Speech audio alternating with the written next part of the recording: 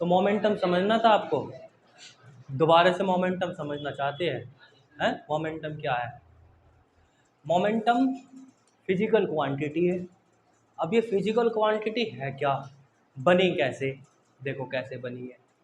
हमारी लाइफ में, हमारी फिजिक्स में 7 फंडामेंटल क्वांटिटी है बेसिकली। अभी वो फंडामेंटल 7 फंडामेंटल क्वांटिटी यहाँ पे ना पढ़ाई जाती, 11वीं में पहुँचा दी अब उन्हें। हालांकि 11वीं क्लास में 7 फंडामेंटल क्वांटिटीज हुआ करती थी। उन्हीं 7 फंडामेंटल क्वांटिटी से पूरी फिजिक्स बनी हुई है, बस 7 क्वांटिटी से। मोमेंटम देखिए अब क्या है। मोमेंटम मोशन को चेंज करने वाला एक कॉज है। मोमेंटम मोशन के इफेक्ट को चेंज करने वाला कॉज है। ये मोशन का इफेक्ट चेंज करना है आपको, तो मोमेंटम चेंज कर दीजिए, कॉज चेंज हो जाएगा। अब मोशन का इफेक्ट कैसे चेंज होता है? जैसे कोई बॉडी सामने से चल करके आ रही है, 30 की स्पीड से चल करके आ रही है, वो आकर के आपकी बॉडी से ऐसे आकर के हिट करती है, तुम्हें चोट देगी, कुछ चोट लगेगी आप, है ना? तो अब दूसरी बॉडी आती है,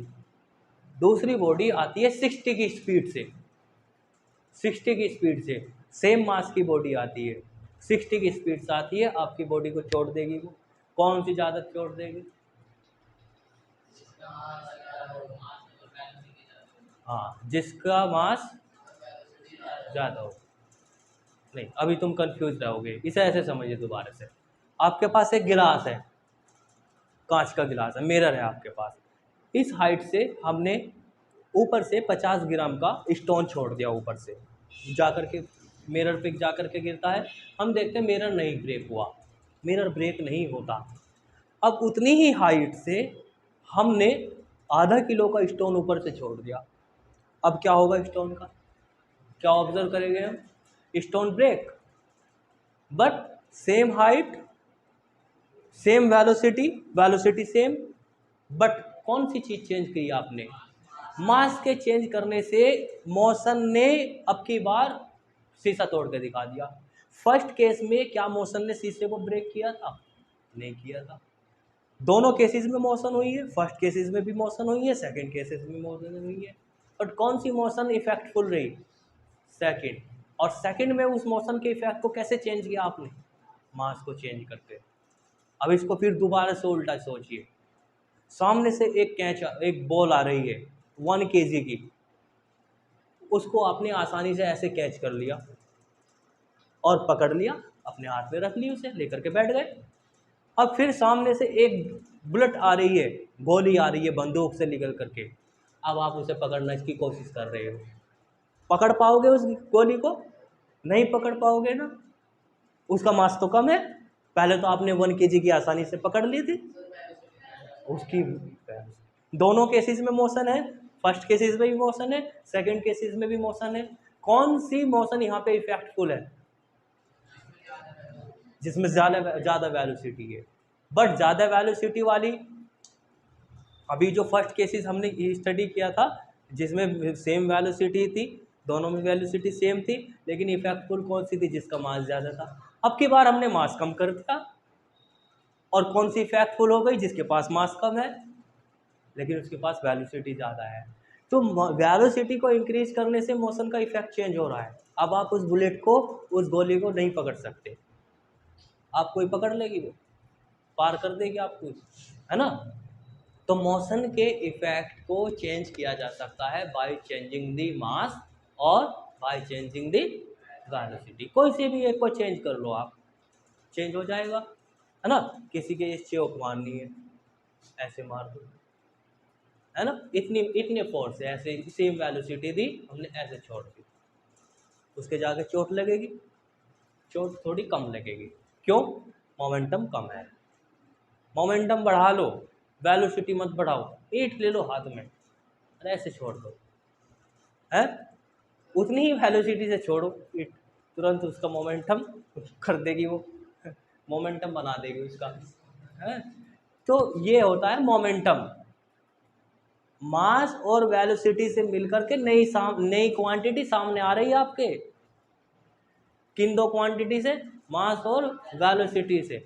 और मास और वेलोसिटी से जो नई क्वांटिटी आपके सामने आ रही है, जो मोशन के इफेक्ट को चेंज कर रही है, उस क्वांटिटी का हम नाम रखना चाहते हैं, क्योंकि ये नई क्वांटिटी बन गई हमारे लिए, हम अब इसके साथ काम करेंगे बहुत जगह, तो इसका नाम रखो। जब नाम रखेंगे, हम इसका नाम लिया करेंगे, तब हम समझ जाया करेंगे क्या कह रहा है ये। हर चीज़ का नाम होता है ना। अब जैसे दुकान पे जा करके तुम कहने लग जाओ वो दे दो, वो दे दो, वो क्या वो ही दे दो, ऐसे कोई ना होता। पहले नाम लो उसका। आप कहोगे पार्ले जी का बिस्किट दे दो, तब जा करके वो समझेगा, अच्छा माँ मुझे वहाँ जाना है, उस वाले गले में, उस वाली अलमारी में से बिस्किट का पैकेट ला करके देना। तो नाम तो रखना पड़ेगा नहीं। तो इस वाली क्वांटिटी का नाम रखा हमने मोमेंटम। क्या नाम रखा? बेसिकली मोमेंटम भी बच्चों ना दो तरीके होते हैं। इसका पूरा नाम होता है लीनियर मोमेंटम। क्या है? हाँ, क्योंकि एक मोमेंटम और होता है, वो एंगुलर मोमेंटम होता है। तो इसलिए इस वाले का नाम है ना, हम पढ़ रहे हैं यहाँ पे क्लास 9th में, momentum, linear momentum, not angular momentum. समझ में आया क्या होता है momentum? Product of mass and velocity. किसका मास? बॉडी का। किसकी वेलोसिटी? कौन से ऑब्जेक्ट की? उसी ऑब्जेक्ट की जिसका आपने मास लिया। कभी दूसरे की वेलोसिटी उठा लो आप, हाँ, दोनों को, बस का मास और कार की वेलोसिटी, इन दोनों की मल्टीप्लाई करने लग जाओ, नहीं। 3 = मास multiply by velocity. Vector quantity है ये, इट इज वेक्टर क्वांटिटी है, ध्यान रखना, वेक्टर क्वांटिटी। इसका यूनिट बनाइए जरा। यूनिट क्या बनेगा इसका बच्चों? इसका यूनिट क्या है? किलोग्राम। इसका यूनिट क्या है? मीटर। और सेकंड, ऐसे लिखते सेकंड पर सेकंड को। सीजीएस बनाओ, सीजीएस यूनिट बनाओ। किलोग्राम को क्या लिख लेंगे? ग्राम। मीटर को क्या लिख लेंगे? सेंटीमीटर। सेकंड को सेटिंग, किलोग्राम, सेंटीमीटर, सेकंड। ये सीजीएस यूनिट हो गई। ये होता है मोमेंटम। और क्या होता है मोमेंटम? ठीक है, क्लियर है? और न्यूटन सेकंड भी होती है इसकी यूनिट। अच्छा, न्यूटन सेकंड भी होती है। अदर यूनिट ऐसा ही, यही है, दोनों ऐसा ही है। ये वाली जो मैं लिख रहा हूँ, देखो, न्यूटन सेकंड कैसे होती है? आपने पढ़ा है dp/dt = क्या होता है? Force. Newton second law. Momentum equal to कितना बनेगा? Force multiply by dt। dt mean short time. ये क्या है? मोमेंटम। अब इसका यूनिट लिख लीजिए जरा।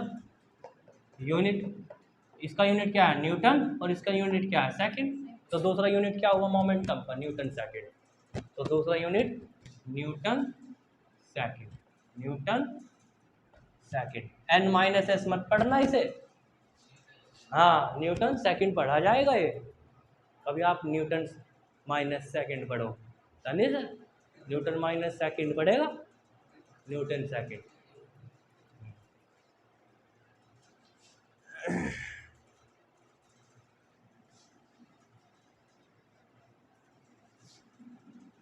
मोमेंटम को चेंज करने का तरीके कैसे कैसे है? मोमेंटम को कैसे कैसे चेंज किया जाएगा? या फिर मास को चेंज कर। Moment, the rate of change of momentum किसके इक्वल होता है? फोर्स के। न्यूटन बता रहा है ना। अच्छा, आपको इसमें एक बात बतानी रह गई थी। जो न्यूटन का फर्स्ट लॉ है, न्यूटन के फर्स्ट लॉ फोर्स एक्सप्लेन करता है। फोर्स बताता है कि फोर्स कुछ चीज़ है। न्यूटन फर्स्ट लॉ यही था है कि everybody will continue in motion और rest unless an external force applied on it. Unless an external force applied on it, यानी कि जब तक हम उस पर फोर्स अप्लाई नहीं करेंगे, उसकी स्टेट चेंज नहीं होगी। उसका वो रेस्ट से मोशन में नहीं आ सकता, वो मोशन से रेस्ट में नहीं आ सकता। यानी कि मोशन को स्टार्ट कराने के लिए या मोशन को स्टॉप कराने के लिए क्या ज़रूरी हो गया? फोर्स। न्यूटन फर्स्ट लॉ के स्टेटमेंट से यही बात जाहिर हो रही है, उसमें से यही सेंस निकल करके आ रहा है कि फर्स्ट लॉ एक्सप्लेन करता है फोर्स को। अगर मल्टीपल चॉइस क्वेश्चन में ये आ जाए कि विच न्यूटन्स लॉ एक्सप्लेन फोर्स, तो आंसर इज फर्स्ट लॉ। बस वो बताता है कि फोर्स है, फोर्स थॉर्टिकल डेफिनेशन है, वो थॉर्टिकल बता रहा है, but measurement, how measure force, वो नहीं बताता। फोर्स को कैसे कैलकुलेट किया जाएगा, कैसे मेजरमेंट की जाएगी, वो सेकंड लॉ बताता है। फॉर्मूला बनाया है बराबर एम में, एफ इक्वल टू एम में, उससे मेजर कीजिए आप। तो second law,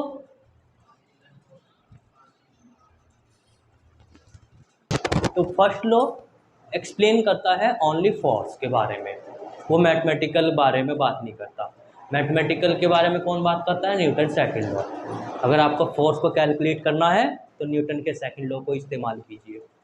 multiple choice question में ध्यान रखना, अभी आ जाएगा। फर्स्ट लॉ केवल डेफिनेशन देता है फोर्स की। Force is that cause which create motion, which change state of rest, which change change motion। First law बस स्टेटमेंट डेफिनेशन देता है फोर्स की, बाकी कैलकुलेट कैसे होगा फोर्स वो सेकंड लॉ करता है। आ जाइए सेकंड लॉ पे आ जाइए। Suppose a body of mass m moving with a velocity u, now how much momentum, mass multiplied by velocity, momentum, suppose that this is initial momentum, after some time आपने इसकी velocity को change कर दिया, या तो इसमें push लगा दिया, ऐसे धक्का मार दिया इसमें, या फिर इसमें ब्रेक लगा दिए, तो इसकी वेलोसिटी v से u हो गई, u से v हो चुकी है, मास तो चेंज नहीं होगा। Now it's momentum p2 and how much momentum, multiply कर दीजिए दोनों की, तो चेंज कितना आया, चेंज आया इसमें P2 माइनस P1, और चेंज को क्या लिखते हैं आप, dP, है ना। नाउ यूजिंग ये, अब लिखिए आप, अब ये रहेगा आपका हेडिंग रहेगी measurement of force from Newton second law. Newton के सेकंड लॉ से फोर्स का मेजरमेंट कैसे करेंगे, तो देखो कैसे करेंगे, using second law, second law को यूज करो, बोलो dP upon dt proportional to force. dP के प्लेस पे कितना लिखा जा सकता है, यस, ऐसे लिख सकते हैं हम, ये P2 माइनस P1 अपॉन में कौन है, dt, इक्वल टू कर लीजिए, कांस्टेंट आ जाएगा, ठीक। P2 की वैल्यू ये रही, मास multiply by velocity, mass multiply by velocity, mass multiply by velocity upon dt। के को पुट के की वैल्यू 1 पुट कर लेते हैं हम यहाँ पर, मास को कॉमन कर लीजिए, क्या बचा, इस पे ध्यान दीजिए, चेंज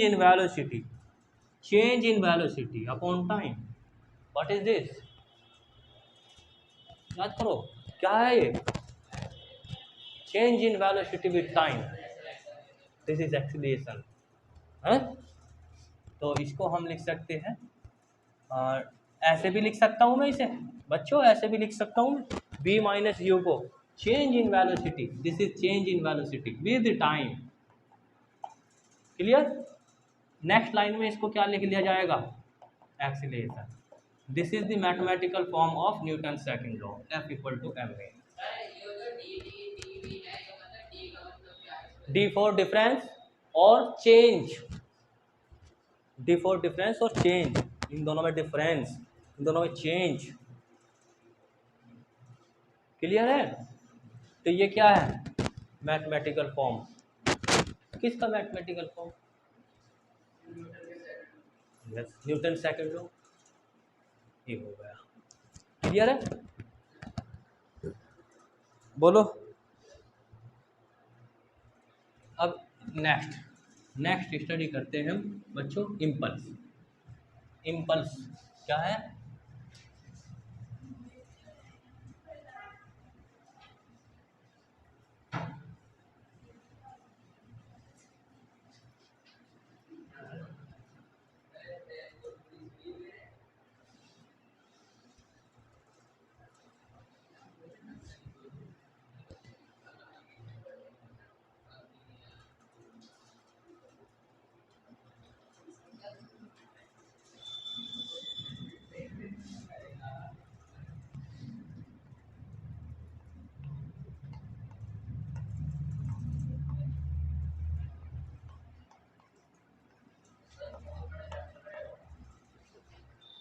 खत्म हो गया है, लास्ट टॉपिक है।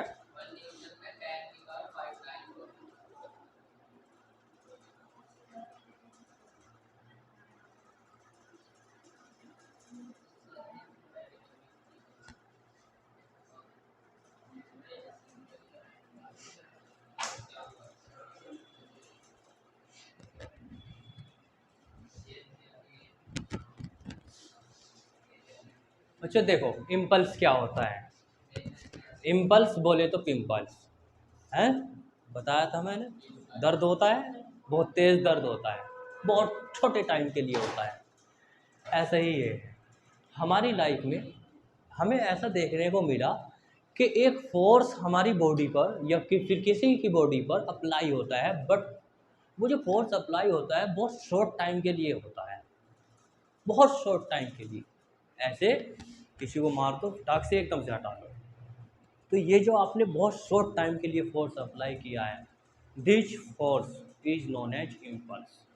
इस फोर्स को हम क्या कहते हैं? इम्पल्स। तो इम्पल्स क्या है? फोर्स। कैसा फोर्स? शॉर्ट टाइम वाला, और इसकी वैल्यू बहुत ज़्यादा होती है, बहुत दर्द करता है ये फोर्स। जैसे निडल लिया आपने, ऊपर से हैमर लाए, बहुत तेज़ी के साथ में आया, तो आप जब उस फोर्स को अप्लाई करते हो तो सोचो कितना टाइम लगता है हथौड़ी को अलग होने में?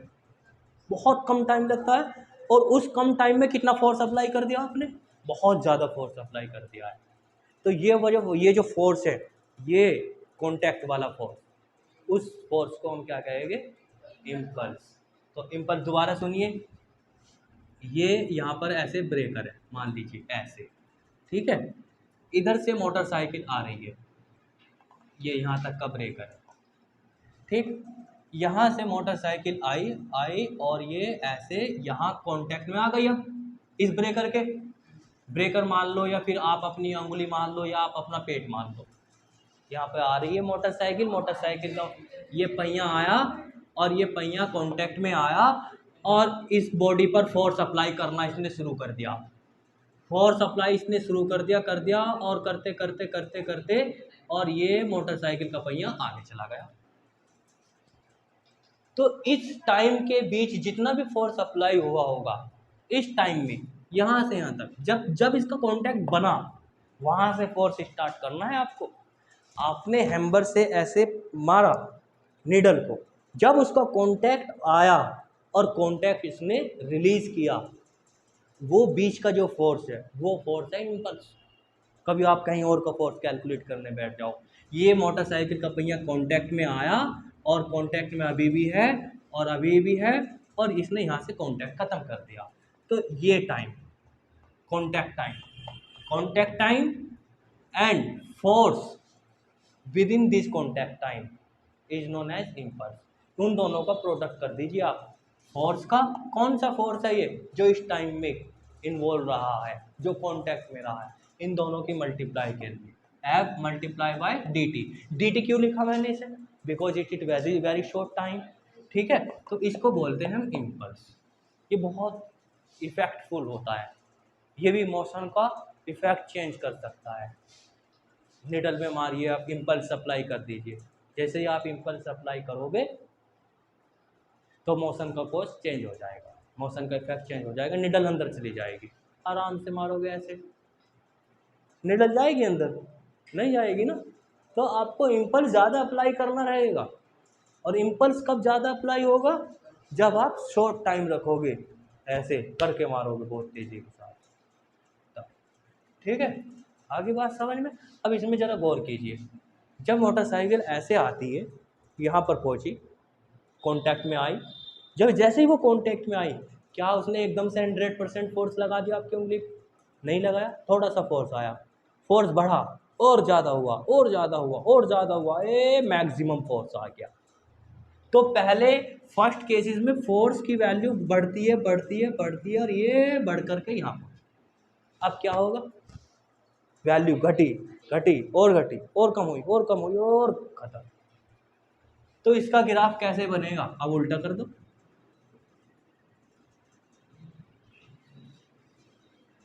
ये मैक्सिमम फोर्स है,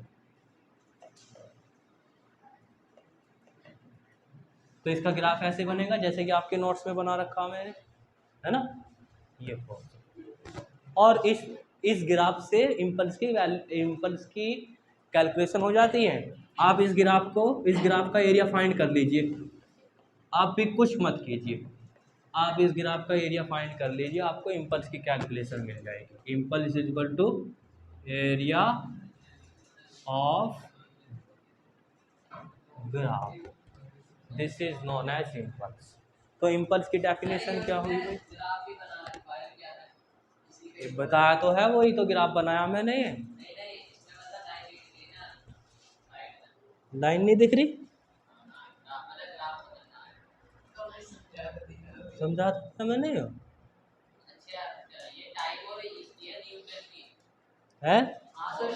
हाँ, 1 newton, 2 newton, 3 newton, 4 newton, 5 newton, 6 newton, 8 newton, 10 newton maximum force आ गया। अब 9, 8, 7, 6, 5, 0 डेफिनेशन बनाओ, वर्ड्स में कन्वर्ट करो, इम्पल्स को करो, product of force and short time is known as. हाँ, अब इसकी डेफिनेशन पढ़ करके देखो। When a large force act on a body for a very short time interval, then the product of force and the time interval is known as impulse of force. Mathematical form I is equal to F into D T. अभी आप जानोगे, note कर करके ये सुनोगे, note कर करके ये लिखा हुआ है इसमें बच्चों। जो इम्पल्स होता है ना, उसको हम मोमेंटम भी कहते हैं। Impulse is equal to change in momentum के इक्वल होता है। कैसे आया? देखो कैसे आया, कैसे? आपने ये पढ़ा है, D P upon D T is equal to F into कुछ नहीं, मल्टीप्लाई करिए इधर, D P is equal to force multiply by D T. D T mean short time. अभी आपने क्या स्टडी किया है? Change in momentum is equal to impulse, ध्यान रखना, change in momentum equal to impulse, ठीक है। तो अब ऐसे ये लिखा हुआ है D P upon D T is equal to F. क्या इसमें इम्पल्स दिखाई दे रहा है आपको? कहीं दिख रहा है? इस टर्म्स को इधर ले जाओ बस, ये यहाँ पहुंच गया, बन गया impulse, F into D T बन गया ना, ये मल्टीप्लाई, इन दोनों की मल्टीप्लाई है। हाँ बताओ बताओ, डी पी है ना? हाँ,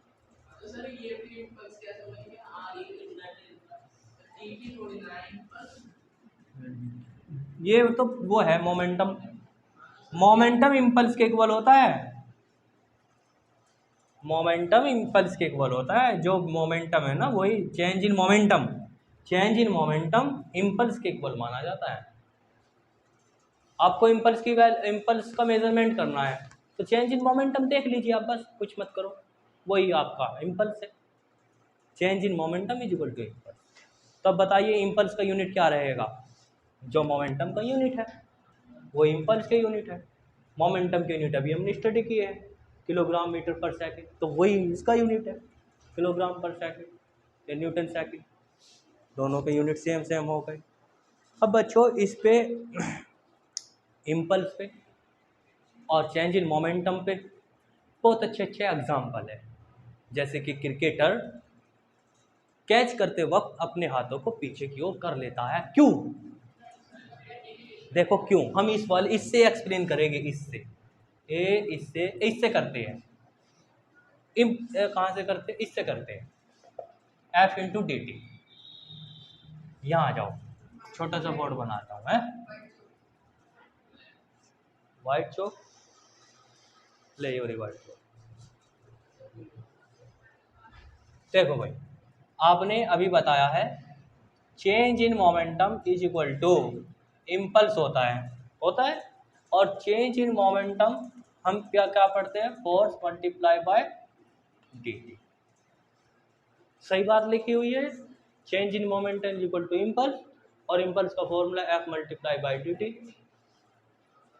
अब देखिए, क्रिकेटर अपने हाथों को क्यों पीछे कर लेता है, जैसे ही उसके हाथों में कांटेक्ट में बॉल आती है, जैसे उसके हाथों में बॉल आई, कांटेक्ट टाइम स्टार्ट, और कांटेक्ट टाइम की वैल्यू अगर आप इंक्रीज करोगे, कांटेक्ट टाइम की वैल्यू अगर आप इंक्रीज करोगे तो बताइए इम्पल्स का क्या होगा,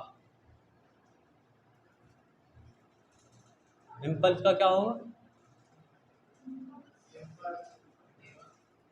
है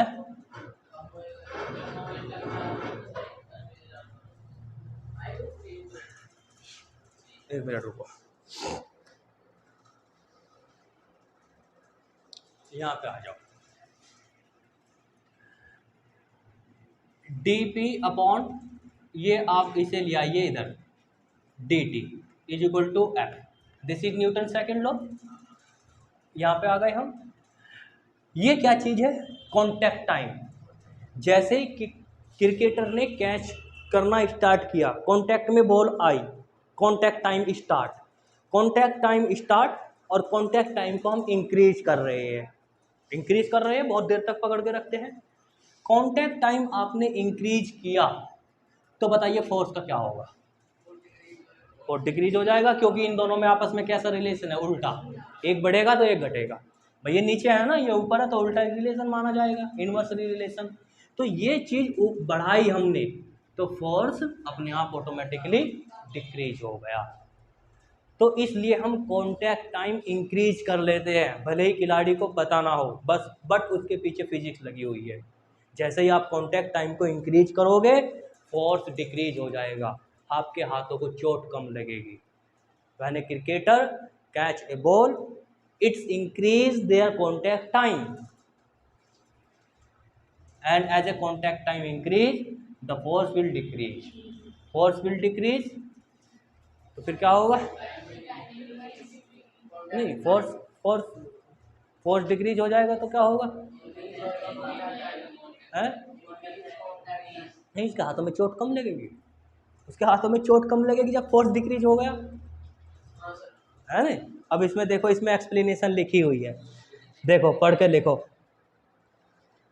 थर्ड वाला example, since DP upon D, हम एक्सप्लेन कर रहे हैं DP upon D, Newton second law से।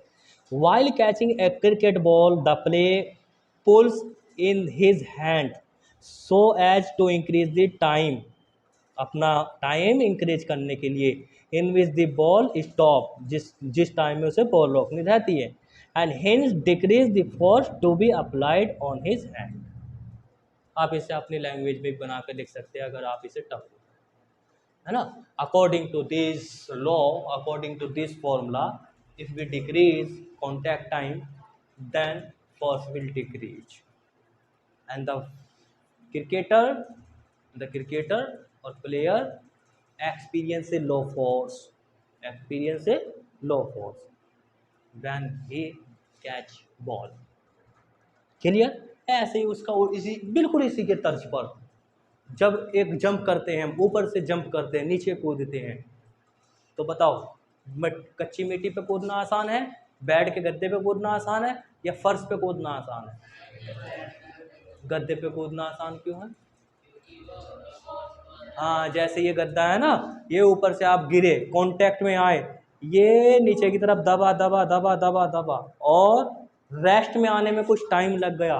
रेस्ट में आने में टाइम इसलिए लगा क्योंकि वो कांटेक्ट टाइम इंक्रीज हो रहा है, और कांटेक्ट टाइम जैसे जैसे इंक्रीज होगा तो फोर्स डिक्रीज हो जाएगा। तो आपके पैरों पर जो फोर्स लगेगा वो फोर्स कम लगेगा। ये भी उसी पे एक्सप्लेन कर रखा है हमने, है ना। ऐसे ही चिड़िया का एग्जाम्पल दे रखा है इन्होंने इसमें, collision of birds with airplane. Airplane जैसे ये पंखा है चल रहा है, अब इसमें आकर के कोई एक चिड़िया इसमें अंदर बढ़ जाए तो चिड़िया का क्या होगा? चिड़िया के खरपच्चे उड़ जाएंगे 1 मिनट में। क्यों उड़ जाएंगे? क्योंकि जैसे उसने इसमें एंट्री मारी तो कांटेक्ट टाइम कितना कम होगा, क्योंकि वो तो बहुत फास्ट घूम रहा है और उसे कांटेक्ट करने में 1 सेकंड से भी बहुत कम टाइम लगेगा। और जब कांटेक्ट टाइम कम रहेगा तो फोर्स कैसा रहेगा? और ज़्यादा फोर्स रहेगा तो चिड़िया के क्या बन जाएंगे? 4-5 बन जाएंगे तुरंत, खरपच्चे उड़ जाएगा इसके, है ना, चिड़िया कट हो जाएगी। तो उसका एग्जाम्पल इसमें दे रखा है। देखो पढ़ करके देखो, सब जो समझ में ना आए वो मुझे बताओ, ठीक है। आज इतना ही, बाकी कल हम स्टडी करेंगे conservation of momentum, which is the final topic of your chapter.